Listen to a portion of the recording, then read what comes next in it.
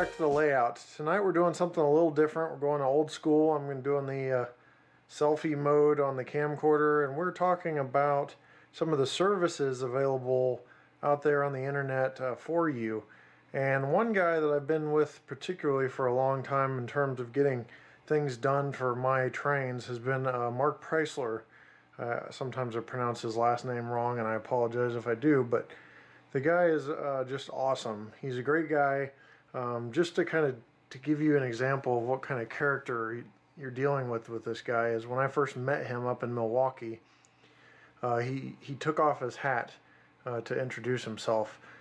And, you know, most people don't think of much of that anymore these days, and I sound like an old fogey even though I'm just barely 30, a little over 30 years old, but you know, the guy has a lot of character. He's a great guy. He does great, reliable work, and his prices are decent. And when I'm in a hurry to get something done, I send it up to him, and he's always been fair with his prices. So I want to show you guys a few things he's done for me, some things that saved me some big money, and then we'll talk about some other things he's done on his website, because it's the least I can do for him is to help, you know, show people some of the cool work he's done. So let's take a look over here. The first thing he did to really save me money is, you know, I like brass passenger cars, and I've got quite a few Union Pacific passenger cars in brass, but this one at the time was very hard to come by. It's still very hard to come by. It's the Howard Fogg, and in brass it will run you anywhere upwards of $900. What we did is I sent him the idea of taking an ACF baggage car, which is from Walthers here, and converting it into the Howard Fogg. So a plastic car, you know, plus some work by him. And I can't remember what he charged exactly, but I know it was way less than what it would cost me to get the brass car. And the detail is really, it's great. He did a nice job.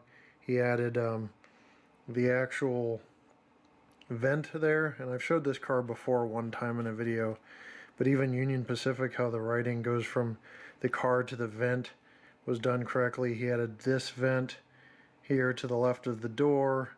He added all this rooftop detail, even a slight bit of weathering, because you know those intakes get dirty, and some satellite domes up top.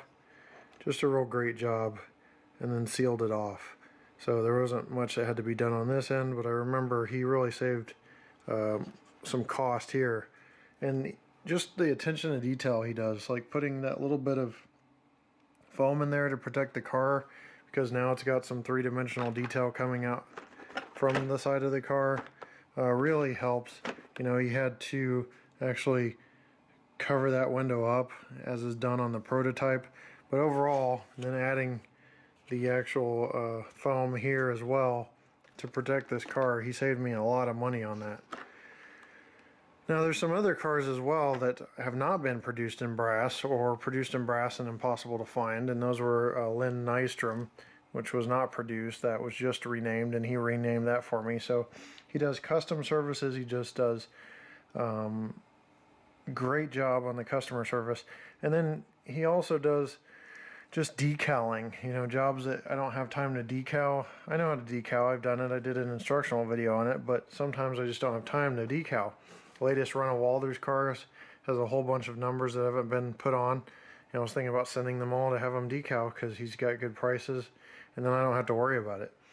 Same thing here with Art Lockman. This is a brass piece, or was available as brass. This is actually plastic. Art Lockman, he did a great job of renumbering and relettering. And then this is actual brass here. This is one of my brass pieces that had to actually be relettered. This is Reed Jackson, and Reed Jackson used to be Sherman Hill, but when Reed Jackson, the conductor for UP, passed away, UP renamed that to Reed Jackson, and shortly after I sent it up to him, quick decal and removal of the old Sherman Hill decals, and we were good to go. So he can do brass, he can do plastic, he can do it all. So he does a real good job. Those are just a few of the things. I've got several other items that, because of the move, as you see, there's boxes, places all over here, and the layout building, I haven't been able to get to my other boxes, but he's been doing work for me from all the way back to 2010, I think, just a year after I started. He also does Griswold signals. Those are the actual prototypical Griswold signals that you can buy on his website and order them there. They're plug and play, they're easy to do. He's been working recently, I think last year, he decided to do the ore loads for the MDC ore cars and ore loads for the Walters line of natural ore cars. So he does all kinds of stuff. He does full out prototypical weathering. You know, I think I haven't used him for weathering much. I've used him mostly for custom stuff. But we'll go to his website real quick and I'll show you what he does. Because I get a lot of questions about, like, you know, Howard Fogg. I still see those ACF cars out there available for purchase, those ACF baggage cars from Walters, especially at train shows. And to convert that to Howard Fogg for not much money, I don't want to quote prices because I don't recall, but it's way better than having to pay for brass. And sometimes they run a little easier than brass too. And he can put weathering however you decide. But anyway, he's done a lot. He's got his Griswold signals that are really cool. I think he's planning on using the working on the Soo Line Octagon crossing shanty. He's working on a lot of stuff. He's a Soo Line modeler.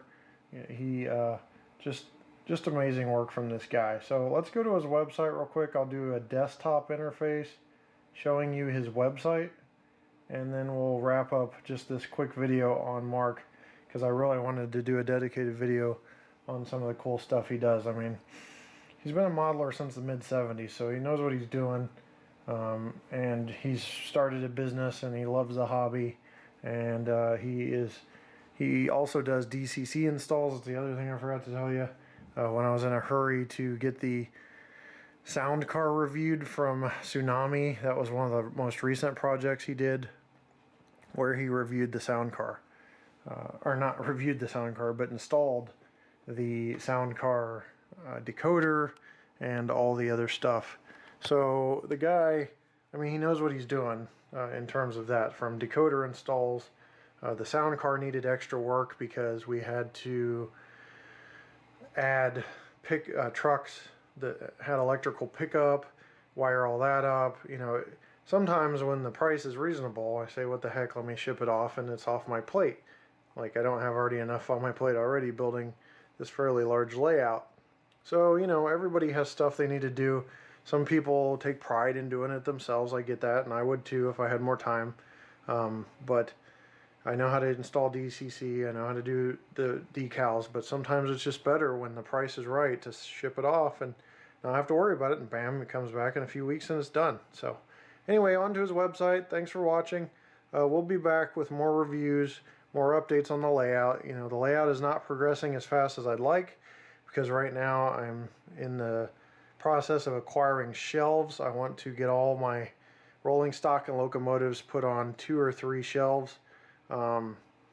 And here's like one, but they sold out of the shelves, so I gotta get more shelves to get about 3 or 4 more of those, maybe max, to get everything, you know, somewhat organized so I can inventory it a little better. Alright, well, we'll be back with more reviews, but let's take a look at his website before we head out. So here we are at his website. It's marksmodelrailservices.com. You can see it right here. They do a really great job, or he does a really great job. Like I said, awesome guy. But let's take a look at what all he does here, because he's got quite a few different things going on. Here's the Griswold signals I was telling you about. Now, for those of you who aren't familiar with the Griswold signals, I'll show you a quick video. As you can see, I'll rewind that real quick, but the stop sign rotates. Kill the sound here. So the stop sign rotates just like that when the lights activate, and that's the Griswold signal, classic staple of Soo Line. He does other items as well, like I said, DCC installation, repair, if your locomotive just stopped working, the painting and the weathering. You know, I haven't used him for weathering. I have some plans for weathering in the future, but he does pretty much it all. He's got an eBay store. You can go, let's see, I don't remember what his eBay Speed ERMT19 is his eBay website, or his eBay user ID. So he's got a lot of stuff on eBay.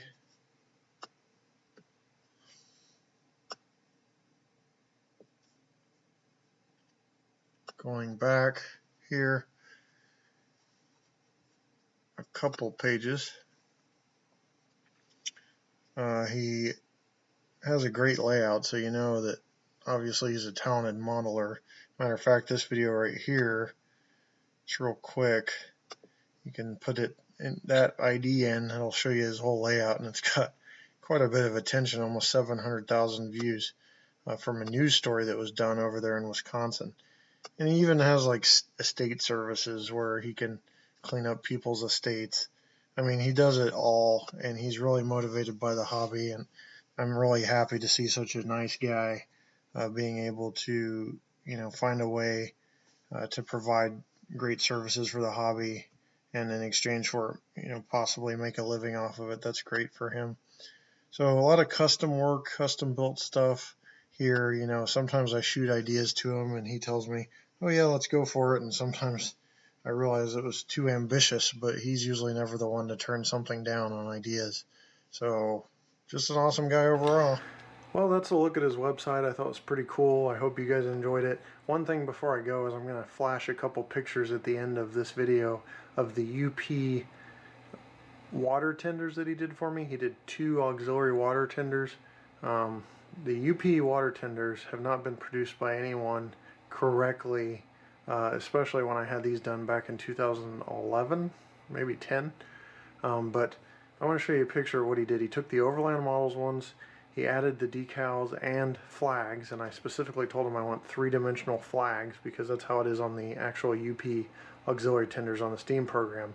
And he made that happen. He got it done, and he got it done real well to make those brass ones that weren't prototypically accurate look more prototypically accurate and make a great stand-in. So I'll show you that at the end of the video, but it'll just be a couple pictures. So thanks for watching, guys. I hope you enjoyed the little bit of an update, plus all the cool stuff that Mark does up there at Mark's Model Rail Services. Thanks for watching. I'll see you next time right here on my channel. Take care.